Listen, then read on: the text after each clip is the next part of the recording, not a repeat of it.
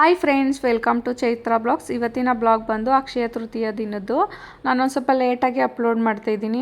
ನನಗೆ ಒಂದು ಸ್ವಲ್ಪ ಟೈಮ್ ಇರಲಿಲ್ಲ, ಅದಕ್ಕೆ ಈ ಥರ ಸಿಂಪಲಾಗಿ ಬಾಗಿಲು ಮುಂದೆ ಬಣ್ಣ ಹಚ್ಚಿ ಸಿಂಪಲಾಗಿ ಬಿಟ್ಟೆ. ಮತ್ತು ಕೆಳಗಡೆ ಸಿಂಪಲಾಗಿ ಬಿಟ್ಟಿದ್ದೀನಿ. ಟೈಮು 4 ಗಂಟೆಗೆ ಎದ್ದರೂ ನಂಗೆ ಟೈಮೇ ಸಾಕಾಗಲಿಲ್ಲ ಇವತ್ತು.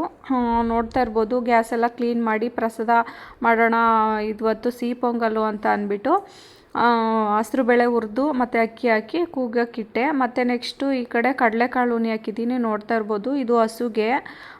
ನಾನು ಪ್ರತಿ ವರ್ಷವೂ ಈ ಥರ ಮಾಡ್ತೀನಿ. ಇವತ್ತಿನ ದಿನ ಮತ್ತು ವರಲಕ್ಷ್ಮಿ ಹಬ್ಬದ ದಿನವೂ ಮಾಡ್ತೀನಿ. ಮಾಮೂಲಿ ಟೈಮಲ್ಲಿ ಬಾಳೆಹಣ್ಣು ತಗೋಗಿ ತಿನ್ನಿಸ್ತೀನಿ ಅಷ್ಟೇನೆ. ನೋಡ್ತಾ ಇರ್ಬೋದು, ಹಾಲೇ 7 ಕಾಲಾಗಿಬಿಟ್ಟಿದೆ.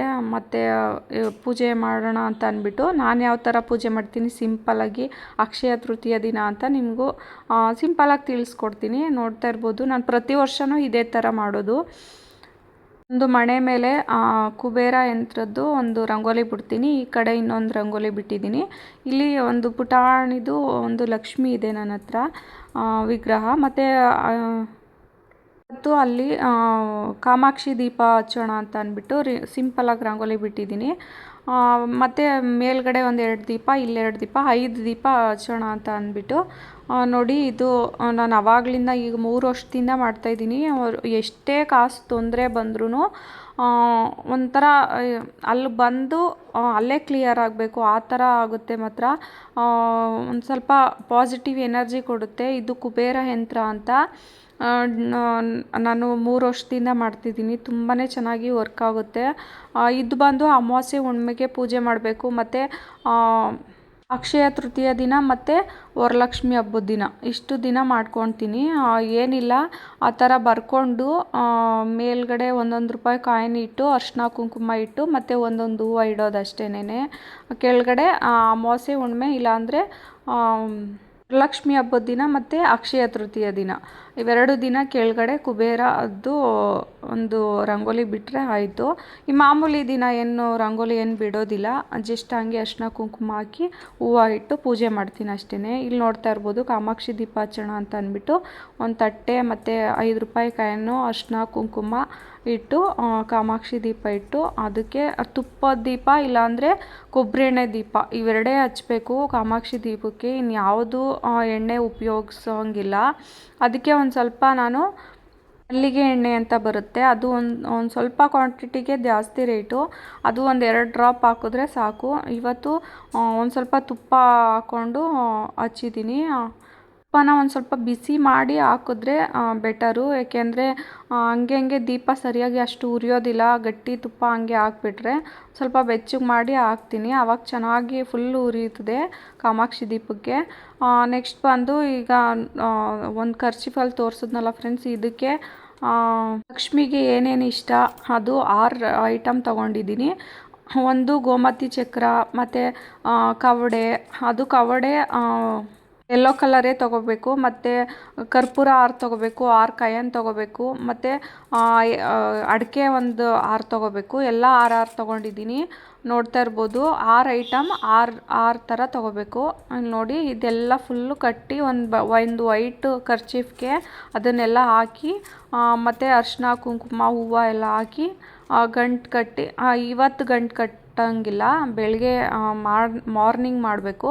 ಇದನ್ನು ಜಸ್ಟು ಅರಿಶಿನ ಕುಂಕುಮ ಹಾಕಿ ಒಂದು ರೆಡ್ ಕಲರ್ ಹೂವು ಹಾಕಿ ಪೂಜೆ ಮಾಡೋ ಅಂಥದ್ದು ಅಲ್ಲೇ ಪಕ್ಕದಲ್ಲಿಟ್ಟು ಸಿಂಪಲಾಗಿ ಈ ಥರ ಮಾಡ್ಕೊಳ್ತೀನಿ ನಾನು ಪ್ರತಿ ವರ್ಷವೂ.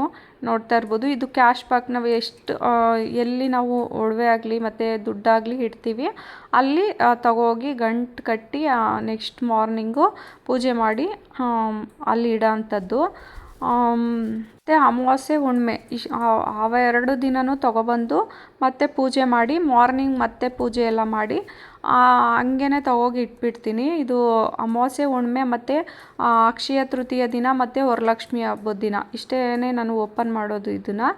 ಮತ್ತು ಎಲ್ಲ ಹೂವು ಎಲ್ಲ ಒಂದೊಂದಾಗಿ ಬರ್ತಾಯಿದ್ದೀನಿ. ನೋಡ್ತಾ ಇರ್ಬೋದು, ಅಷ್ಟರಲ್ಲಿ ನನ್ನ ಮಗಳೂ ಎದ್ದು ಬಂದಳು, ಚಿಕ್ಕ ಮಗಳು. ಅವಳು ಆಲ್ರೆಡಿ ಆಗಲೇ ಊಟ ಬೇಕು ಅಂತ ಇದ್ಲು. ನಾನು ಇನ್ನೂ ಒಂದು ಸ್ವಲ್ಪ ಲೇಟಾಗುತ್ತೆ, ಒಂದು 10 ನಿಮಿಷ ಕೂತ್ಕಮ್ಮ ಅಂತ ಅಂದ್ಬಿಟ್ಟು ಎಲ್ಲ ಬೇಗ ಮಾಡ್ತಾಯಿದ್ದೀನಿ. ಮತ್ತು ದೇವಸ್ಥಾನಕ್ಕೂ ಹೋಗಬೇಕು. ಇಲ್ಲಿ ಬಸವೇಶ್ವರ ದೇವಸ್ಥಾನ ಇದೆ, ತುಂಬ ಚೆನ್ನಾಗಿ ಮಾಡ್ತಾರೆ ಅಲ್ಲಿ ಪ್ರತಿ ವರ್ಷವೂ. ಅದಕ್ಕೆ ಅಲ್ಲೂ ಹೋಗೋಣ ಅಂತ ಅಂದ್ಬಿಟ್ಟು ನನ್ನ ದೊಡ್ಡ ಮಗಳನ್ನ ಆವಾಗಲಿಂದ ಹೇಳಿಸ್ತಾ ಇದ್ದೆ, ಕೂಗ್ತಾನೆ ಇದ್ದೆ ಅಲ್ಲೇ ಕೂತ್ಕೊಂಡು. ಆದರೆ ಎದ್ದೇಳ್ತಾನೆ ಇರಲಿಲ್ಲ. ಅವಳು ಲೇಟಾಗಿ ಎದ್ಲು ಇವತ್ತು. ನಾನು 7:30ಇಂದ 9 ಗಂಟೆ ಗಂಟ ಕೂಗ್ಕೊಳ್ತಾನೆ ಇದ್ದೀನಿ, ಅಮ್ಮು ಅಮ್ಮು ಅಂತ. ಅವಳು ಬರ್ತೀನಿ ಎಲ್ಲೋ ಸ್ನಾನ ಕೂತಿದ್ದಾಳೆ ಅಂತ ಅಂದರೆ 9:30ಗೆ ಹೋಗಿದ್ದಾಳೆ. 10 ಗಂಟೆ ಅವಳು ರಿಟರ್ನ್ ಬಂದು ನಾನು ಅಷ್ಟರಲ್ಲಿ ಎಲ್ಲ ಕೆಲಸ ಮಾಡ್ಕೋಬೇಕಾಗಿತ್ತು ದೇವಸ್ಥಾನಕ್ಕೆ ಹೋಗೋಕ್ಕೆ. ಮತ್ತು ಅಲ್ಲಿ ಮೇಲ್ಗಡೆ ಹೋಗಿ ಸೂರ್ಯನ ಪೂಜೆನೂ ಮಾಡಬೇಕಾಗಿತ್ತು. ಮತ್ತು ಇಲ್ಲಿ ಗೋಪೂಜೆ ಮಾಡಿ ಅಲ್ಲಿ ಪ್ರಸಾದ ಅದೇ ಕಡಲೆಕಾಳು ನೆನೆ ಹಾಕಿದ್ನಲ್ಲ ಅದನ್ನು ತಿನ್ನಿಸ್ಬಿಟ್ಟು ಬರಬೇಕಾಗಿತ್ತು. ಅದನ್ನು ಪೂಜೆ ಮಾಡಿ ಅಲ್ಲಿ 3 ಹಸು ಇರೋದ್ರಿಂದ ಒಂದು ಸ್ವಲ್ಪ ತಿನ್ನೋದೆಲ್ಲ ಲೇಟಾಗಿ ಅರ್ಧ ಗಂಟೆನೇ ಆಗುತ್ತೆ. ಅದಕ್ಕೆ ಒಂದು ಸ್ವಲ್ಪ ಬೇಗ ಎಲ್ಲ ಮಾಡ್ಕೊಳ್ತಾ ಇದ್ದೆ. ನಾನು ಒಬ್ಬಳೇ ಇಷ್ಟೆಲ್ಲ ಮಾಡ್ಕೊಳ್ತಾ ಇದ್ದೆ. ನನ್ನ ಮಗಳು ದೊಡ್ಡವಳಾಗಿದ್ದಾಳೆ, ಆದರೂ ಅಷ್ಟು ಗೊತ್ತಾಗೋದಿಲ್ಲ ಅಂತ ಅಂದ್ಬಿಟ್ಟು ನಾನೇ ಎಲ್ಲ ಮಾಡಿಕೊಂಡು ಪೂಜೆನೂ ಆಯಿತು. ನೋಡಿ ಫ್ರೆಂಡ್ಸ್, ಈ ಥರ ಸಿಂಪಲಾಗಿ ಪೂಜೆ ಮಾಡಿದ್ದೆ. ನಾನೇನೋ ಗ್ರ್ಯಾಂಡಾಗಿ ಏನು ಮಾಡೋದಿಲ್ಲ, ಇಷ್ಟು ಸಿಂಪಲಾಗಿ ನನಗೆ ಗೊತ್ತಿರೋ ಮಟ್ಟಿಗೆ ಎಲ್ಲ ಪೂಜೆ ಮಾಡಿ, ಮತ್ತು ಬುಕ್ಸು ರಾಘವೇಂದ್ರ ಅವ್ರದ್ದು ಬುಕ್ಸು ಬರೀತೀನಲ್ಲ ಡೈಲಿ, ಅದು ಬರೆದು ಶ್ಲೋಕ ಎಲ್ಲ ಬರೆದು, ಮತ್ತು ನೆಕ್ಸ್ಟು ಸೂರ್ಯ ನಮಸ್ಕಾರ ಮಾಡೋಣ ಅಂತ ಅಂದ್ಬಿಟ್ಟು ಸೂರ್ಯವ್ರಿಗೂ ಏನು ಗಂಧದ ಕಡ್ಡಿ ಕರ್ಪೂರ, ಮತ್ತು ನೋಡ್ತಾ ಇರ್ಬೋದು ಇಲ್ಲಿ ಒಂದು ತಮ್ಗೆ ನೀರು ತಂದಿದ್ದೀನಿ. ಅಲ್ಲೂ ಸೂರ್ಯ ನಮಸ್ಕಾರ ಎಲ್ಲ ಮಾಡಿ ಮತ್ತು ಎಲ್ಲ ಪೂಜೆ ಮಾಡಿ ಮತ್ತು ಕೆಳಗಡೆ ಇಳಿದು ಒಂದು 10 ನಿಮಿಷನೂ ಕೂತ್ಕೊಳ್ಳಿಲ್ಲ. ಮತ್ತೆ ಎಲ್ಲ ಅದನ್ನ ಸೋರಕ್ಕೆ ಹಾಕ್ಬಿಟ್ಟು ಕಡಲೆಕಾಳು ಮತ್ತು ಬೆಲ್ಲ ಎಲ್ಲ ಕುಟ್ಟಿ ಅದಕ್ಕೆ ಮಿಕ್ಸ್ ಮಾಡಿ, ಮತ್ತು ಇನ್ನೊಂದು ಚೊಂಬು ನೀರು ತೊಗೊಂಡು ನಮ್ಮನೆ ಎದುರುಗಡೆನೇ ಇರೋದು, ಏನು ತುಂಬ ದೂರ ಏನು ಹೋಗಬೇಕಾಗಿಲ್ಲ. ಅಲ್ಲೇ ಎಲ್ಲ ಪೂಜೆ ಮಾಡಿ ನನ್ನ ಮಗಳು ಬಂದಿದ್ಲು ಅಷ್ಟರಲ್ಲಿ ಸ್ನಾನ ಮಾಡಿಕೊಂಡು, ಕಿರಿ ಮಗಳು. ಅವಳ ಕೆಲವು ಪೂಜೆ ಮಾಡಿಸಿ ಇಲ್ಲಿ ನೋಡ್ತಾ ಇರ್ಬೋದು 3 ಹಸು ಇದೆ. ಒಂದು ಚಿಕ್ಕ ಹಸು, ಇನ್ನೆರಡು ದೊಡ್ಡ ಹಸು. ಅದಕ್ಕೂ ಕೊಟ್ಟು, ಮತ್ತು ನಾನು ಒಂದೇ ಬಟ್ಲು ತೊಗೊಂಡೋಗಿದ್ದು, ಅದಕ್ಕೆ ಒಂದೊಂದಾಗಿ ತಿನ್ನೋವರೆಗೂ ಅಲ್ಲೇ ಇದ್ದೆ. ಅದೆಲ್ಲ ತಿನ್ನಿಸ್ಬಿಟ್ಟು ಮತ್ತು ಅವಳು ಆಟ ಆಡ್ತಾಯಿದ್ಲು. ಅಲ್ಲಿ ಆಡುಗಳು ಮತ್ತು ಕೋಳಿ ಎಲ್ಲ ಇತ್ತು, ಅದ್ರ ಜೊತೆ ಆಟ ಆಡ್ತಾಯಿದ್ಲು. ಹೋಗು ಮನೆಗೆ ಅಂದರೂ ಹೋಗಲಿಲ್ಲ. ಆಮೇಲೆ ನನ್ನ ಜೊತೆನೇ ಬಂದು ಅಷ್ಟರಲ್ಲಿ ನಮ್ಮ ದೊಡ್ಡ ಮಗಳು ರೆಡಿಯಾಗಿದ್ಲು. ನೆಕ್ಸ್ಟು ದೇವಸ್ಥಾನಕ್ಕೆ ಹೋಗಿದ್ದು ಬಂದುಬಿಡೋಣ ಬಾ ಅಂತ ಅಂದ್ಬಿಟ್ಟು ಕರ್ಕೊಂಡು ಬಂದೆ. ಒಂದು 10 ನಿಮಿಷ ಆಗುತ್ತೆ ನಮ್ಮ ಮನೆಯಿಂದ ದೇವಸ್ಥಾನಕ್ಕೆ. ಈ ದೇವಸ್ಥಾನಕ್ಕೆ ಇದು ಬಸವೇಶ್ವರ ದೇವಸ್ಥಾನ ಅಂತ. ಅಲ್ಲಿ ಸುಬ್ರಹ್ಮಣ್ಯ ಮತ್ತು ಗಣಪತಿ ಮತ್ತು ಬಸವೇಶ್ವರ ಇಷ್ಟು ದೇವಸ್ಥಾನ ಇದೆ, ನೋಡ್ತಾ ಇರ್ಬೋದು. ತುಂಬಾ ಚೆನ್ನಾಗಿದೆ ದೇವಸ್ಥಾನ. ಮತ್ತು ನೆಕ್ಸ್ಟ್ ಮಾರ್ನಿಂಗು ಇನ್ನು ಕಂಟಿನ್ಯೂ ಮಾಡೋಕ್ಕಾಗಲಿಲ್ಲ ವೀಡಿಯೋನ. ಮತ್ತು ನೆಕ್ಸ್ಟ್ ದಿನ ಇದು ಕಂಟಿನ್ಯೂಷನ್ ಬ್ಲಾಗು ನೋಡ್ತಾ ಇರ್ಬೋದು. ಪೂಜೆ ಎಲ್ಲ ಮಾಡಿ ಒಂದು 10 ನಿಮಿಷ ಕೂತ್ಕೊಂಡು ಮೇಕೆದ್ದೆ. ರಾಯರು ವರ ಕೊಟ್ಟರು, ತುಂಬಾ ಖುಷಿ ಆಯಿತು. ಹೂವು ಕೊಟ್ಟಿದ್ದಕ್ಕೆ ತೊಗೊಂಡು ತಲೆಗೆ ಮುಡ್ಕೊಂಡು ಪೂಜೆ ಎಲ್ಲ ಮಾಡಿದ್ನಲ್ಲ, ಇದು ನೋಡಿ ಗಂಟು ಕಟ್ಟಿ ಕ್ಯಾಶ್ ಬಾಕ್ಸಲ್ಲಿ ಇಡೋ ಅಂಥದ್ದು. ಅದನ್ನು ಗಂಟು ಕಟ್ಟಿ ಒಂದು 10 ನಿಮಿಷ ಪೂಜೆ ಎಲ್ಲ ಮಾಡಿದ ಮೇಲೆ ಒಂದು 10 ನಿಮಿಷ ಅಲ್ಲಿ ಹಾಗೆ ಬಿಟ್ಬಿಡಬೇಕು. ಆಮೇಲೆ ಗಂಟು ಕಟ್ಟಿ ಬೀರಲ್ಲಿ ಮಡಗೋ ಅಂಥದ್ದು. ಅಷ್ಟರಲ್ಲಿ ತಿಂಡಿ ಮಾಡಿಬಿಡೋಣ ಅಂತ ಅಂದ್ಬಿಟ್ಟು ಉಪ್ಪಿಟ್ಟು, ಕೇಸರಿಬಾತು ಮತ್ತು ನಾನು ವಡೆನೂ ಮಾಡಿದ್ದೆ. ಮಾಡಿ ಇಟ್ಬಿಟ್ಟು ನನ್ನ ಮಗಳಿಗೆ ಹಾಕಿ ಕೊಟ್ಟು, ಮತ್ತು ನನ್ನ ದೊಡ್ಡ ಮಗಳು ಅಷ್ಟರಲ್ಲಿ ಬಂದಳು, ಅವಳಿಗೂ ಹಾಕ್ಕೊಟ್ಟು, ನಮ್ಮ ಮನೆಯವರು ಬಂದರು, ಅವ್ರಿಗೂ ಹಾಕ್ಕೊಟ್ಬಿಟ್ಟು ನೆಕ್ಸ್ಟು ನಾನು ತಿಂದಿಲ್ಲ, ಆಮೇಲೆ ತಿನ್ನೋಣ ಅಂತ ಅಂದ್ಬಿಟ್ಟು ಫಸ್ಟು ಅದನ್ನ ಎತ್ತಿಟ್ಬಿಡೋಣ ಅಂತ ಅಂದ್ಬಿಟ್ಟು ನೋಡ್ತಾ ಇರ್ಬೋದು. ಈ ಥರ ಗಂಟು ಕಟ್ಟಿ ನೀಟಾಗಿ ಇನ್ನೊಂದು ಸಲ ನಮಸ್ಕಾರ ಮಾಡಿಕೊಂಡು ಅಲ್ಲಿ ತಗೋಗಿ ಇಟ್ಬಿಡ್ತೀನಿ.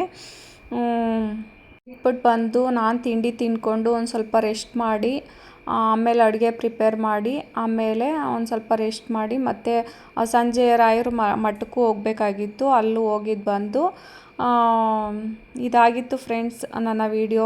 ಒಂದು ಸ್ವಲ್ಪನಾದರೂ ಇಷ್ಟ ಆಗಿದರೆ ಪ್ಲೀಸ್ ಒಂದು ಲೈಕು ಸಬ್ಸ್ಕ್ರೈಬ್ ಮಾಡಿ. ಯಾರೆಲ್ಲ ಹೊಸ್ದಾಗಿ ನೋಡ್ತಿದ್ದೀರೋ ಪ್ಲೀಸ್ ಒಂದು ಸಬ್ಸ್ಕ್ರೈಬ್ ಮಾಡಿ, ಒಂದು ಲೈಕ್ ಮಾಡಿ, ಕಮೆಂಟ್ ಮಾಡಿ. ನೀವು ಯಾವ ಥರ ಪೂಜೆ ಮಾಡ್ತೀರಾ ಅಂತ ಪ್ಲೀಸ್ ಕಮೆಂಟ್ ಮಾಡಿ. Okay, bye friends.